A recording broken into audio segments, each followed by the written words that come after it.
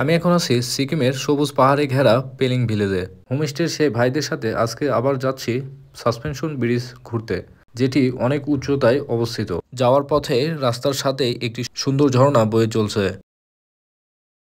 গেল বর্ষায় প্রচণ্ড বৃষ্টিপাতে রাস্তাগুলো ভেঙে গেছে এবং আমরা সেটা জানতাম না। রাস্তা সব ভেঙে চলে গেছে। আমরা ভুল রাস্তায় আসি এবং আবার ফেরত যেয়ে অন্য রাস্তা ধরে সেই সাসপেনশন ব্রিজের দিকে যাই। এটি সেই ঝুলন্ত ব্রিজ, দুই পাহাড়ের পাদদেশে অবস্থিত, বিশাল আকৃতির এবং অনেক উঁচুতে।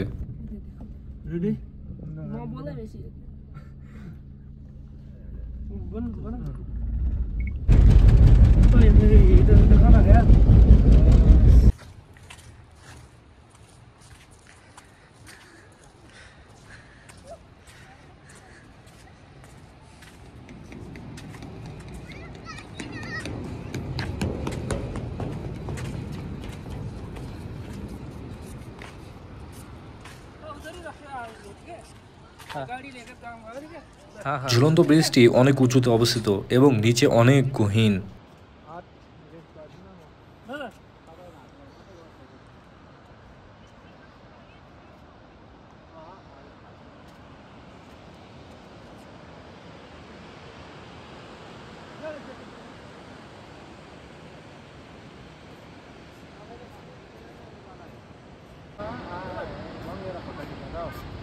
ঝুলন্ত ব্রিজ ঘুরে আবার আমরা হোমস্টেতে ফিরে আসি।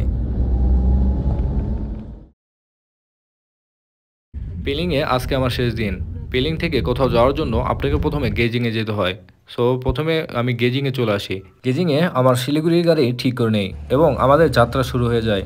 পাহাড়ি রাস্তায় অ্যাডভেঞ্চার যাত্রায় অনেক মনোরম দৃশ্য উপভোগ করতে করতে চলতে থাকি এবং কয়েকটি টানেলও পার হয়।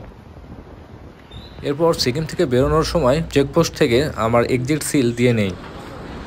এরপর মাঝে যাত্রা বিরতি দেয়। আমার প্রিয় মোমোস গিয়ে আমি ভোজন শেষ করি। একদম সন্ধ্যায় শিলিগুড়িতে এসে পৌঁছে যাই।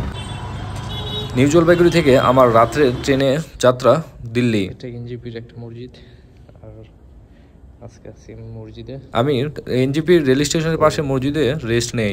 সেখান থেকে রাত্রে রওনা দেব ট্রেনে দিল্লির পথে।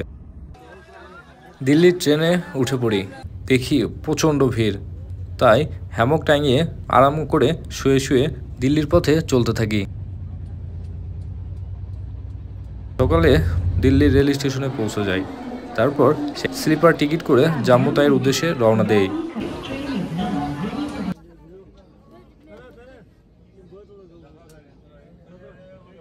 রাত্রে রওনা দেওয়ায় সকালে জম্মু তাই এসে পৌঁছাই। জম্মু তাই রেল স্টেশন থেকে জম্মুর বাস স্ট্যান্ডে চলে আসি। বাস স্ট্যান্ডের পাশেই শেয়ার ট্যাক্সি ঠিক করে নিয়ে রওনা দেই। আস্তে আস্তে রাত হয়ে যায় এবং শ্রীনগরে পৌঁছে যায়। তো ধন্যবাদ সবাইকে, দেখা হচ্ছে কাশ্মীরের নতুন ব্লগে।